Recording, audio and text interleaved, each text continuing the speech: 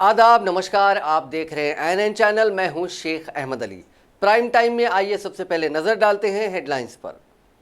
RTC हड़ताल पर वजीर आला का जायजा इजलास। पीर के रोज हाई कोर्ट में होगी मामले पर सुनवाई। बातचीत के नाम पर जेसी कायदीन का जंगी कायदीन की तरह बर्ताव किया गया, टीजेएस सदर कोदंडराम का इल्जाम। 29 अक्टूबर को होगा प्रदेश कांग्रेस कमेटी की आमिला का इजलास। बल्दी इंतखाबात की तैयारियों को दी जा सकती है खतियत। तेलंगाना हुकूमत का खजाना खाली, लेकिन वजीर आला अब भी कर रहे हैं करोड़ों के वादों की बौछार। और पूरे जोशो खरोश से मुल्क भर में मनाया जा रहा है दिवाली का त्योहार। अब खबरें तफसील से। वजीर आला के चंद्रशेखर राव ने मुलाजमीन के साथ हुई बातचीत और पीर के रोज हाईकोर्ट में पेश की जाने वाली रिपोर्ट का जायजा लिया। प्रगति भवन में मुनक्किदा इजलास में वजीर ट्रांसपोर्ट अजय कुमार, कमिश्नर संदीप सुल्तानिया और आरटीसी इंचार्ज सुनील शर्मा और कमेटी के एग्जीक्यूटिव डायरेक्टर ने शिरकत की। इजलास के दौरान ओहदेदारों ने मुलाजमीन के साथ हुई बातचीत के तफसीलात से वाकिफ करवाया और हाईकोर्ट में पेश की जाने वाली रिपोर्ट से मुतालिक तबादला ख्याल किया। जराये के मुताबिक हुकूमत का मौक़िफ़ साफ है कि अदालत की हिदायत के मुताबिक बातचीत की कोशिश की गई, लेकिन मुलाजमीन ही बातचीत करना नहीं चाहते। इजलास के दरमियान ही चले गए। हुकूमत इससे मुतालिक तैयार की गई सीडी अदालत में पेश करने वाली है। अब सबकी नज़रें हाईकोर्ट में कल होने वाली सुनवाई पर टिकी हैं। पीर के दिन रियासती हुकूमत, आरटीसी इंतज़ामिया और मुलाजमीन अदालत में अपना मौक़िफ़ रखेंगे। मुलाजमीन का मानना है कि उनको अदालत में पूरा इंसाफ मिलेगा। उनका इल्ज़ाम है कि इंतज़ामिया ने अदालत के अहकामात के मुताबिक उनसे बातचीत नहीं की। दूसरी तरफ इंतज़ामिया का कहना है कि इजलास अदालत के अहकामात के मुताबिक ही बात करने के लिए तलब किया गया था, लेकिन यूनियन के कायदीन दरमियान में ही इजलास से चले गए।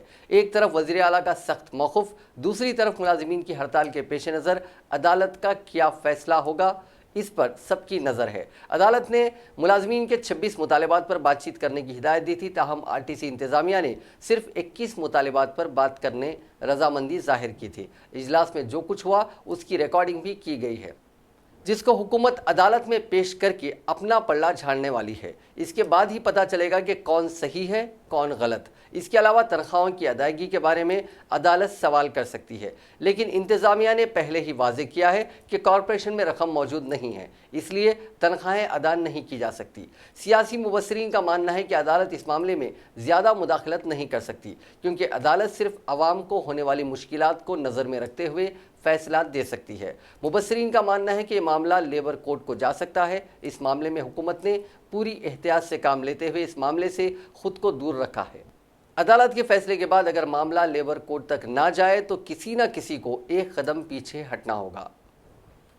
तेलंगाना जन समिति के सदर प्रोफेसर कोदंडराम ने कहा है कि गुज़िश्ता रोज़ बातचीत के नाम पर हुकूमत ने आरटीसी की जॉइंट एक्शन कमेटी के कायदीन को जंगी कैदियों की तरह बर्ताव किया। शहर के सुंदरा विज्ञान केंद्र में आरटीसी मुलाजमीन की हड़ताल पर हुए एक कुल जमाती इजलास से खिताब करते हुए प्रोफेसर कोदंडराम ने कहा कि रियासत भर के अवाम दिवाली की खुशियाँ मना रहे हैं, लेकिन आरटीसी मुलाजमीन के घरों में तारीकी पाई जाती है।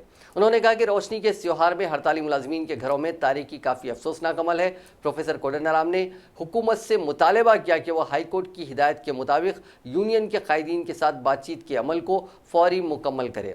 उन्होंने इल्ज़ाम आयद किया कि आरटीसी वर्कर्स पर ज़्यादा से ज़्यादा दबाव डालते हुए अब हुकूमत कॉरपोरेशन के नुकसानात की जिम्मेदारी यूनियन के कायदीन पर आयद कर रही है, जो नामुनासिब है। साबिक रुकन काउंसिल व माहिर तालीम चुक्का रामैया ने कहा है कि हड़ताली मुलाजमीन को बरतरफ कर देना मुनासिब इक़दाम नहीं है। हुकूमत के इस इक़दाम से तकरीबन 50,000 मुलाजमीन और उनके अरकान ख़ानदान काफ़ी परेशान हैं।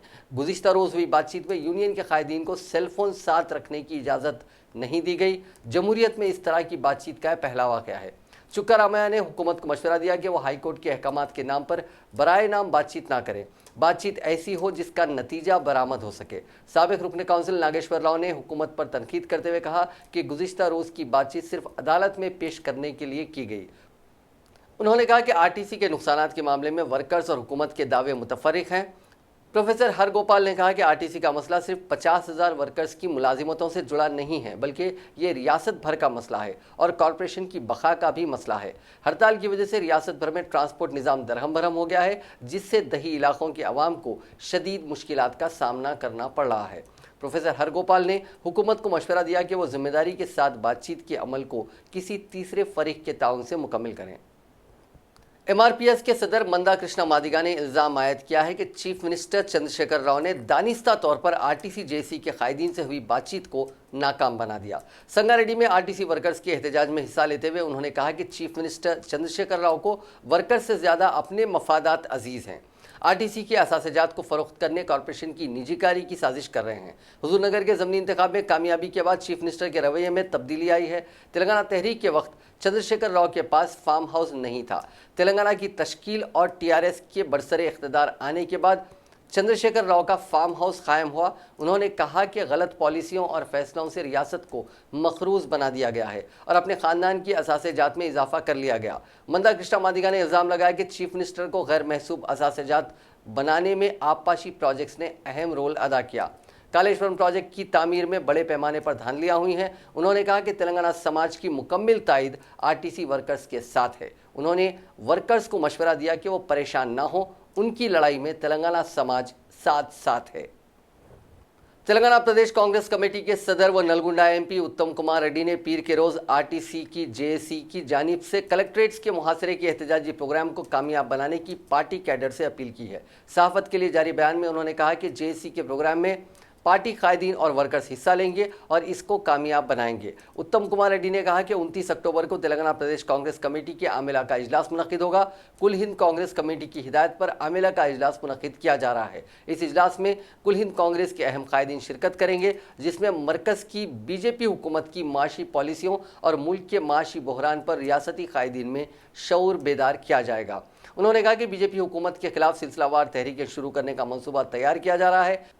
यह इजलास 29 अक्टूबर को दोपहर 2 बजे गांधी भवन में मुनक्किद होगा। मरकज़ की गलत पॉलिसियों से मुल्क में माशी बहरान पैदा हुआ है, जिससे कई सनतें बंद हो गई हैं और लाखों अफराद रोजगार से महरूम हो गए हैं। उन्होंने कहा कि इस इजलास में कुल हिंद कांग्रेस के सरकारी तर्जुमान प्रोफेसर गौरव वल्लभ श्रीनिवास राव और माशी माहिरीन का खिताब होगा। बीजेपी रुकने पार्लियामेंट बंडी संजय ने इल्ज़ाम लगाया है कि आरटीसी को खानगियाने के लिए हुकूमत ने खुफिया तौर पर बाज़ खानगी कंपनियों से माहिदा कर लिया है। करीमनगर से नुमाइंदगी करने वाले बीजेपी के रुकने पार्लियामेंट संजय की संकल्प यात्रा आज सिद्दीपेट जिले के हुस्नाबाद मंडल से मोहम्मदपुरा मौजू में दाखिल हुई। महात्मा गांधी की 150वीं यौम पैदाइश तकरीब के पेश नज़र वज़ीर आज़म नरेंद्र मोदी की हिदायत पर रुकने पार्लियामेंट बीजेपी ने करीमनगर से गुज़िश्ता हफ्ता इस यात्रा का आगाज़ किया था। अपने खिताब में रुकने पार्लियामेंट ने कहा कि आरटीसी मुलाजिमीन की हड़ताल से रियासत भर में अवामी ट्रांसपोर्ट निज़ाम मुकम्मल तौर पर ठप हो गया है, लेकिन हुकूमत हड़ताली मुलाजिमीन से बातचीत करते हुए उनके मसाइल को हल करने में कोई दिलचस्पी नहीं दिखा रही है। यहाँ तक कि हाईकोर्ट की हिदायत को भी हुकूमत नज़रअंदाज कर रही है। उन्होंने कहा कि गैर मौसमी बारिश से खड़ी फसलें तबाह हो रही हैं, लेकिन हुकूमत की मिशनरी तबाह होने वाली फसलों का जायज़ा लेने और उसका तखमीना लगाने के लिए अभी तक सरगर्म नहीं हुई। बंडी संजय ने हुकूमत से मुतालबा किया कि वह गैर मौसमी बारिश से तबाह होने वाली फसलों पर मुआवजा अदा करे। उन्होंने कहा कि गांधी की तारीख को मसख करने की कांग्रेस पार्टी साजिश कर रही है। ग्रेटर हैदराबाद के तहत आने वाले 3 पुलिस कमिश्नरेट्स के हुदूद में 155 चौराहों पर नए ट्रैफिक सिग्नल्स कायम करने का जीएचएमसी ने फैसला किया है। जीएचएमसी ने इन चौराहों की ज़मीनी हकीकत का जायज़ा लेते हुए वहां नए सिग्नल्स कायम करने की तजवीज़ पेश की थी, जिसे जीएचएमसी के ओहदेदारों ने कबूल कर लिया। बताया गया है कि ग्रेटर हैदराबाद में ट्रैफिक सिग्नल्स की निगहदाश्त करने वाली एजेंसी का टेंडर भी आइंदा माह नवंबर में ख़त्म हो रहा है। नए एजेंसी के तकर्रुर का भी जायज़ा लिया जा रहा है। जीएचएमसी ने 155 नए चौराहों पर 80 ट्रैफिक सिग्नल तनसीब करने के मंसूबे को तैयार किया है। ये सिग्नल्स गाड़ियों की आमद और रफ्त की तादाद की मुनासिबत से ऑटोमेटिक सिग्नल लाइट बंद और चालू होंगे। नई टेक्नोलॉजी से इस्तेफादा का फैसला किया गया है। बताया गया है कि तरक्की याफ्ता ममालिक में इसी तर्ज पर सिग्नल्स कायम करते हैं। पैदल राह रफ्त की सहूलियात के लिए भी ये सिग्नल्स काफ़ी कारआमद होंगे। इन सिग्नल्स की निगहदाश्त की जिम्मेदारी भारत इलेक्ट्रॉनिक्स लिमिटेड यानी बीईएल को सौंपने का फैसला किया गया है। ये सिग्नल्स शहर के मज़ाफ़ाती इलाके में लगाए जाएंगे। नए सिग्नल्स की तनसीब के लिए फंड्स मंजूर करने के इक़दाम किए जा रहे हैं। फंड्स की मंजूरी के फौरी बाद सिग्नल्स की तनसीब के लिए टेंडर्स तलब किया जाएगा। हफ्ते के रोज वजीर आला चंद्रशेखर राव ने एक जलसे आम से खिताब करते हुए हुजूरनगर हल्के असेंबली के लिए करीब 100 करोड़ रुपए का पैकेज का ऐलान किया। वादा करते वक्त शायद वजीर आला ये भूल गए या इस बात से वो नावाकिफ थे कि तेलंगाना रियासत का सरकारी खजाना तकरीबन खाली हो चुका है। माशी बदहाली का ये आलम है कि हुकूमत के पास इस साल के बजट में मख्तस रकम खर्च करने के लिए पैसे नहीं हैं। हाल ही में जारी की गई सीएजी की सितंबर 2019 की रिपोर्ट के मुताबिक हुकूमत की माहाना आमदनी में लगातार गिरावट आ रही है, जबकि रियासत पर खर्च का बोझ लगातार बढ़ रहा है। साल 2019-20 के बजट एस्टिमेट्स के मुताबिक रियासत को इस माशी साल 1,37,226 करोड़ की आमदनी होने की उम्मीद थी, लेकिन अब तक सभी जराए से सिर्फ 59,049 करोड़ की ही आमदनी हुई। इसमें भी 14,704 करोड़ रुपए का खर्च भी शामिल है। पिछले साल के मुकाबले टैक्स रेवेन्यू में सितंबर के महीने में भारी गिरावट देखी गई है, जहां सितंबर 2018 में हुकूमत को 8,775 करोड़ की टैक्स रेवेन्यू आई थी। वहीं इस साल ये आमदनी सिर्फ 4,843 करोड़ रुपए ही है। अप्रैल से सितंबर के दरमियान पिछले साल जहां 38,103 करोड़ रुपए का टैक्स वसूल हुआ था, वहीं इस साल ये 37,594 करोड़ ही है। नॉन टैक्स रेवेन्यू का भी यही हाल है। इसमें अगस्त और सितंबर के महीनों में भारी कमी हुई है। पिछले साल सितंबर में जहां नॉन टैक्स रेवेन्यू 810 करोड़ थी, वहीं इस साल ये सिर्फ 179 करोड़ रुपए है। मजमूई तौर पर अप्रैल से सितंबर के दरमियान पिछले साल नॉन टैक्स रेवेन्यू 2,537 करोड़ रुपए था, लेकिन इस साल ये 2,204 करोड़ रुपए है। इन हालात में रियासती हुकूमत मुख्तलिफ ज़राए से कर्ज ले रही है। इस साल अब तक 14,704 करोड़ रुपए का कर्ज लिया जा चुका है। सीएजी की रिपोर्ट के मुताबिक तेलंगाना हुकूमत ने अप्रैल में 1,561 करोड़, मई में 3,898 करोड़, जून में 859 करोड़, जुलाई में 4,006 करोड़, अगस्त में 1,268 करोड़ और सितंबर में 3,110 करोड़ रुपए का कर्ज लिया है। अब तक लिए गए करीब 2.5 लाख करोड़ रुपए कर्ज के सूद की रकम में भी हर महीना इजाफा होता जा रहा है। पिछले साल यानी साल 2018-19 में रियासती हुकूमत ने 11,892 करोड़ यानी 11,892 करोड़ सिर्फ सूद के तौर पर अदा किया है। इस साल सितंबर तक हुकूमत ने 4,663 करोड़ रुपीस बतौर सूद अदा किए हैं। हालांकि उम्मीद की जा रही है कि माशी हालात में सुधार आएगा, लेकिन कोई नहीं जानता कि सुधार कब आएगा। ऐसे में हुजूरनगर की आवाम से वजीर आला के चंद्रशेखर राव के किए गए वादे कितने संजीदा हैं, इस पर संजीदगी से गौर करने की ज़रूरत है। वैसे भी वजीर आला वादे करने में माहिर हैं। वो जानते हैं कि लोगों को खुश कैसे किया जा सकता है और वादों की अदम अमल आवरी पर उन्हें कैसे बहलाया जा सकता है। एक मशहूर शेर है, मेरे महबूब ने मिलने का वादा किया है 5वें दिन का, किसी से सुन लिया होगा ये दुनिया 4 दिन की है। आंध्र प्रदेश में तेलुगु देशम को आज उस वक्त शदीद धक्का पहुंचा जब उस पार्टी से ताल्लुक़ रखने वाले रुकन असेंबली व नौजवान कायद वल्लभनेनी वंशी ने तेलुगु देशम की इब्तदाई रुकनीत के साथ असेंबली की रुकनीत से भी इस्तीफ़ा पेश कर दिया। वंशी ने अपने इस्तीफ़े का मकतूब पार्टी सदर व साबिक़ chief minister N Chandrababu Naidu को रवाना कर दिया। गुज़िश्ता रोज़ वंशी ने चीफ मिनिस्टर व सरबराह वाईएसआर कांग्रेस पार्टी जगन मोहन रेड्डी से मुलाकात की थी। इस मुलाकात के दूसरे ही दिन वंशी के इस्तीफ़ा से सियासी हलकों में इस बात की अफवाहें गश्त कर रही हैं कि वंशी वाईएसआर कांग्रेस पार्टी में शामिल होने वाले हैं, लेकिन बताया गया कि तेलुगु देशम रुकन असेंबली वंशी ने चंद्रबाबू नायडू को रवाना कर दे अपने इस्तीफ़े के मकतूब में सियासत से दूरी अख्तियार करने का ऐलान किया है। उन्होंने अपने मकतूब में चंद्रबाबू नायडू का शुक्रिया अदा करते हुए कहा कि तेलुगु देशम सदर ने उन्हें 2 मरतबा असेंबली के लिए मुंतखब होने का मौका फराहम किया था। उन्होंने कहा कि वो 2 मरतबा अपने हल्के के अवाम के मसाइल को हल करने और हल्के की तरक्की के लिए हर मुमकिन कोशिश की। वंशी ने कहा कि गुज़िश्ता इंतखाबात में उन्हें कामयाबी के लिए काफ़ी मशक्क़त करनी पड़ी। रुकन असेंबली ने इल्ज़ाम लगाया कि मकामी वाईएसआर कांग्रेस के कायदीन और चंद मुलाजमीन उनके खिलाफ साजिश रचाए थे। इसके बावजूद उन्होंने असेंबली इंतखाबात में अवाम की तायीद से कामयाबी हासिल की। कामयाबी के बाद उन्हें कई मसाइल का सामना था और सियासी तौर पर उन्हें हरासा भी किया जा रहा था। उनके कई हामियों के खिलाफ फौजदारी मुकदमात दर्ज किए गए, जिस पर वो सियासत से सुबुकदोश होने का फैसला किया, क्योंकि वो अपने हामियों को हरासा होते हुए नहीं देख सकते। उन्होंने कहा कि वो उन तमाम मसाइल का हल अपना इस्तीफे से दे रहे हैं। हरियाणा के वज़ीर आला मनोहर लाल खट्टर ने रियासत में भारतीय जनता पार्टी और जेजेपी इत्तेहाद में बनी नई हुकूमत के वज़ीर आला के तौर पर आज हलफ लिया।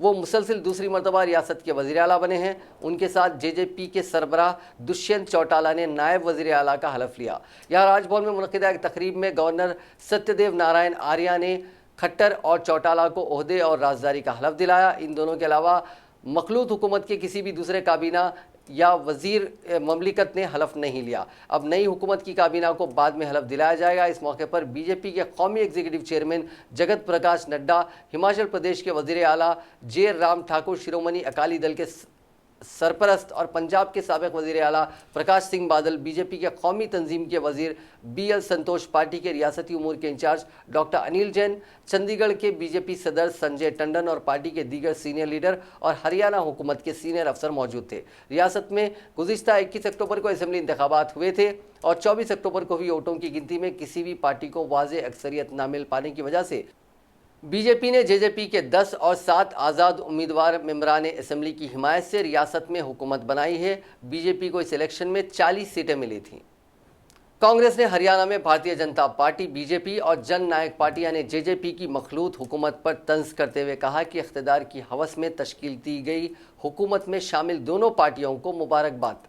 कांग्रेस के चीफ तर्जुमान रणदीप सिंह सुरजेवाला ने इतवार को एक ट्वीट करके कहा कि इख्तिदार की हवस और उसूलों की चिता पर तश्कील दी गई हरियाणा की नई बीजेपी जेजेपी हुकूमत को मुबारकबाद। उन्होंने तंज करते हुए कहा कि उम्मीद है कि खट्टर हुकूमत में करोड़ों रुपए में फरोख्त हुए पेपरों की जांच होगी। हुकूमत की सरपरस्ती में चल रहा चट्टा और नशे के कारोबार की जांच होगी। हरियाणा जलाने वाले भाइयों की जांच होगी। वाज़ेह है कि हरियाणा की नवद-रुकनी असेंबली के लिए 24 अक्टूबर को आए नताइज में किसी पार्टी को अक्सरियत नहीं मिली थी। पिछली बार वाज़ेह अक्सरियत की हुकूमत बनाने वाली बीजेपी को इस बार सबसे ज़्यादा 40 सीटें मिली। कांग्रेस को 31 सीटों पर इक्तफा करना पड़ा, जबकि जेजेपी को 10 सीटें मिली थी और 8 आज़ाद उम्मीदवार कामयाब हुए थे। बीजेपी और जेजेपी ने मखलूत हुकूमत बनाने का फैसला किया और खट्टर ने आज दूसरी बार वज़ीर आला के ओहदे का हलफ लिया। आज मुल्क भर में दिवाली का त्यौहार मनाया जा रहा है। रोशनी के इस त्यौहार को हिंदुस्तानी बड़े ही धूमधाम के साथ मना रहे हैं। मुल्क के अलग अलग हिस्सों से दिवाली की तस्वीरें सामने आ रही हैं। कई जगह माहौलियात का ध्यान रखते हुए दिवाली मनाई जा रही है। इसके साथ ही इंतज़ामिया ने कुछ रूल्स भी बनाए हैं। सदर जमहूरिया रामनाथ कोविंद, वज़ीर आज़म नरेंद्र मोदी और मरकज़ी वज़ीर दाखिला और बीजेपी सदर अमित शाह ने इतवार को दिवाली के मौके पर हमवतनों को मुबारकबाद दी। रामनाथ कोविंद ने ट्विटर पर लिखा, दिवाली के मुतबरिक मौके पर तमाम हमवतनों को मुबारकबाद। आइए इस दिन हम मोहब्बत, हमदर्दी और मेलजोल के चिराग रोशन करते हुए सभी की बिलखुसूस ज़रूरतमंदों की ज़िंदगी में खुशियाँ लाने की कोशिश करें। वज़ीर आज़म नरेंद्र मोदी ने इतवार के रोज़ मुल्क की सरहदों पर तैनात बहादुर जवानों के साथ दिवाली का त्यौहार मनाया और उनमें मिठाई तकसीम की। मोदी इससे कबल अपनी मुद्दतकार के 5 बरसों के दौरान भी दिवाली के मौके पर सरहदों के महाफिज जवानों से मिलते रहे हैं। मोदी के ट्विटर पर जवानों के साथ दिवाली मनाने की फ़ोटोज़ भी शेयर की गई हैं। रियासती गवर्नर तमिलिसाई सौंदरराजन ने कहा है कि वो बहुत जल्द तेलंगाना का दौरा करेंगी। दीपावली त्यौहार के मौके पर राजभवन में आवाम से मुलाकात का प्रोग्राम का एहतमाम किया गया था। इस मौके पर गवर्नर सौंदरराजन ने आवाम को दीपावली त्यौहार की मुबारकबाद पेश की। उन्होंने कहा कि वो तेलंगाना खानदान का हिस्सा हैं। उन्होंने कहा कि तेलंगाना को प्लास्टिक से पाक बनाने का फैसला लिया गया है, लेकिन राजभवन में फूल के गुलदस्ते प्लास्टिक की बकेट में हैं। उन्होंने कहा कि इस बार वो कबूल कर रही हैं, लेकिन आइंदा से इसका ख्याल रखें। गवर्नर ने आरटीसी हड़ताल से मुतालिक सवाल पर कहा कि इस मामले को हुकूमत देख रही है। उनके पास जितने भी नुमाइंदगियाँ दी गई थी वो हुकूमत को रवाना कर दी गई हैं। गवर्नर ने एक सवाल पर कहा कि वो रियासत का दौरा करेंगी, गिरिजनों से मुलाकात करेंगी ताकि उनकी ज़िंदगी में सुधार लाने के लिए इक़दाम किए जाएँ। उन्होंने कहा कि हुकूमत गिरिजनों के लिए अच्छे काम कर रही है।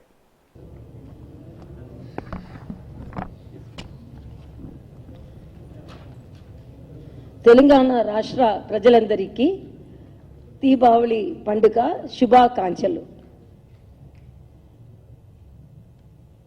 ప్రజలందరూ ఆనందంగా ఆరోగ్యంగా కోరుతున్నాను. Very happy to be here. First of all, I wish all the media friends very happy and prosperous Deepavali. And I'm very happy to meet you all here. And you have seen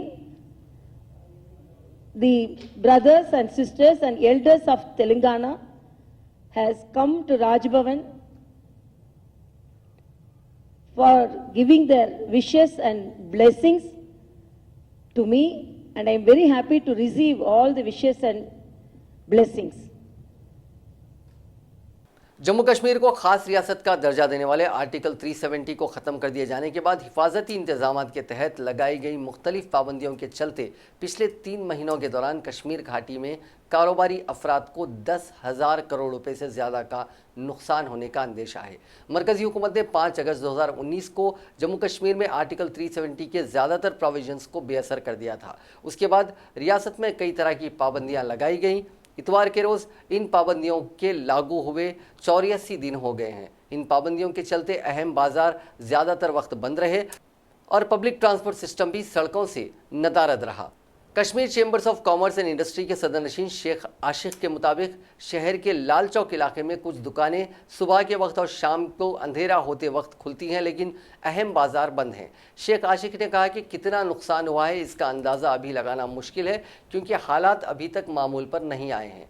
उन्होंने कहा कि कश्मीर इलाके में अभी तक कुल कारोबारी नुकसान 10,000 करोड़ रुपए के आंकड़े को पार कर चुका है और सभी सेक्टर्स को काफ़ी नुकसान उठाना पड़ा। करीब 3 महीने होने को है और मौजूदा हालात को देखते हुए लोग अभी भी कारोबार नहीं कर पा रहे हैं। हालिया अरसे में कुछ बाजार खुले और कारोबार शुरू किया गया, लेकिन कामकाज काफ़ी सुस्त रहा। उन्होंने कारोबारी नुकसान के लिए इंटरनेट सर्विसेज का सस्पेंड रहना अहम वजह बताई। उन्होंने कहा कि आज के वक्त में किसी भी कारोबार के लिए इंटरनेट खिदमात का होना ज़रूरी है, इसके बिना काम करना मुश्किल है। हमने इस बारे में हुकूमत को वाकिफ़ करवा दिया है। उन्हें बता दिया गया है कि कश्मीर में काम धंधे को नुकसान होगा और मईशत कमज़ोर पड़ जाएगी। आने वाले वक्त में इसके संगीन नतायज आ सकते हैं।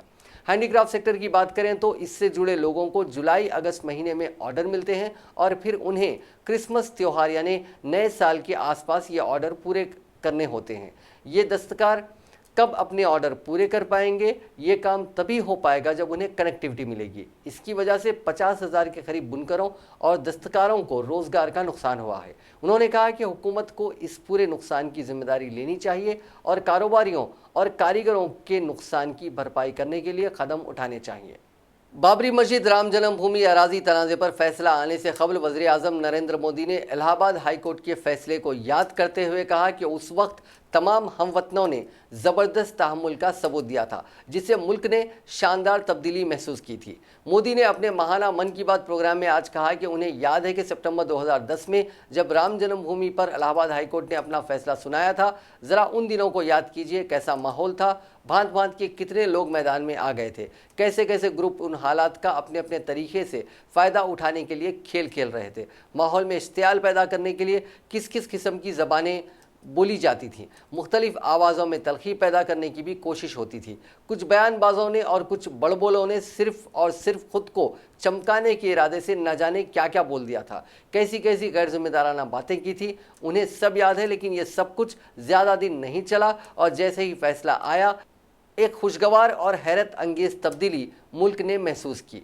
उन्होंने कहा कि 1-2 हफ्ते तक इश्तियाल पैदा करने के लिए सब कुछ हुआ था, लेकिन जब राम जन्मभूमि पर फैसला आया तब हुकूमत, सियासी जमातों, समाजी तंजीमों, तमाम फ़िरक़ों के नुमाइंदों और साधु संतों ने बहुत ही मुतवाज़न और पुरतहम्मुल बयान दिए ताकि माहौल में कशीदगी कम करने की कोशिश हो।